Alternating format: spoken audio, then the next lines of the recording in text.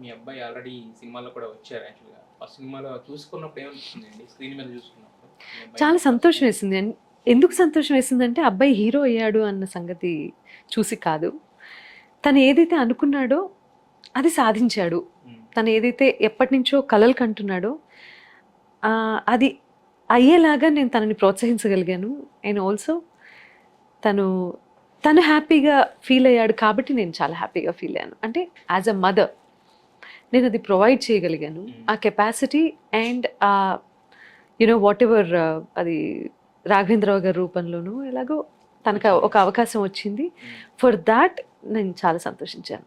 Yeah! అయితే యాక్చువల్‌గా సినిమాలో ఫెయిల్యూర్స్, సక్సెస్ అనేది మనకు సంబంధం ఉండదు బేసిక్‌గా. ఎందుకంటే అది 24 క్రాఫ్ట్స్ సమన్వయంతో చేసింది. బట్ మీ అబ్బాయి యాస్ ఏ హీరో కింద, యాక్టర్ కింద అతను సక్సెస్ అయ్యాడు కదా! సో నెక్స్ట్ ఇంకా కంటిన్యూ చేస్తారా? 100% కంటిన్యూ అవుతాను. హ్మ్. ఇది తన డ్రీమ్ అండ్ ఆల్సో ఈ ఈ ఇండస్ట్రీలో చాలా కాలం నిలబడటానికి వచ్చినటువంటి ఒక మంచి ఆర్టిస్ట్ అని నేను అంతవరకే చెప్తాను. ఎందుకంటే పిల్లల్ని ఎక్కువ పొగుడుకోకూడదు. అండ్ ఆల్సో ఇది చూసిన వాళ్ళు చెప్పాలి. యెస్. ఇది నేనొచ్చి ఇక్కడ మా అబ్బాయి మంచి నటుడు అని చెప్పటం కాదు. ఎండ్ ఆఫ్ ద డే నా పాట ఎలా అయితే ఆడియన్స్, రీచ్ మ్యూజిక్ అయింది. లవర్స్ అందరూ యాక్సెప్ట్ చేసి, ఆదరించి మళ్ళీ ఫీడ్‌బ్యాక్ ఇస్తారో మా నేను అబ్బాయి చూసాను కూడా అంతే. కాబట్టి చెప్తున్నానండి. నేను థ్యాంక్ యూ. ఎందుకంటే మూవీ బఫ్ చూస్తా ఉంటాం. ప్రతి శుక్రవారం రిలీజ్ అవుతుంటది. ఇందాక అన్నది కూడా అదే. సినిమా ఫెయిల్ అవ్వచ్చు కానీ ఆర్టిస్ట్ కింద ఫెయిల్ అవ్వలేదు తను. సినిమా ఫెయిల్ అవ్వడానికి 24 క్రాఫ్ట్స్‌లో ఏదో ఒక నో. Reason no. నో. ఉంటుంది నో. అంతే. సినిమా యాహ్!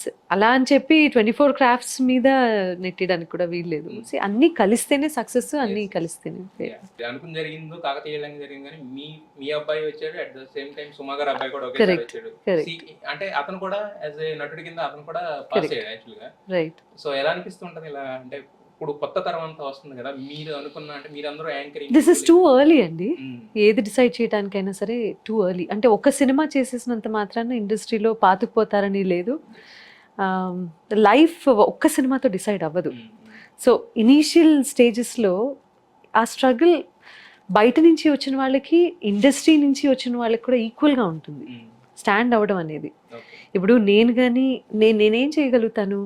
నేను ఒక విజిటింగ్ కార్డ్‌లా మాత్రమే ఉపయోగపడగలుగుతాను ఆకాష్‌కి. బట్ తన కోసంగా రాసేటటువంటి క్యారెక్టర్స్ వాటెవర్ అది లేటర్ స్టేజ్ అది. స్టేజ్. సో ఇనీషియల్‌గా అయితే అందరూ అనుకుంటారు అవకాశాలు కుప్పలు తెప్పలుగా వచ్చి పడిపోతాయి అది ఇది అని.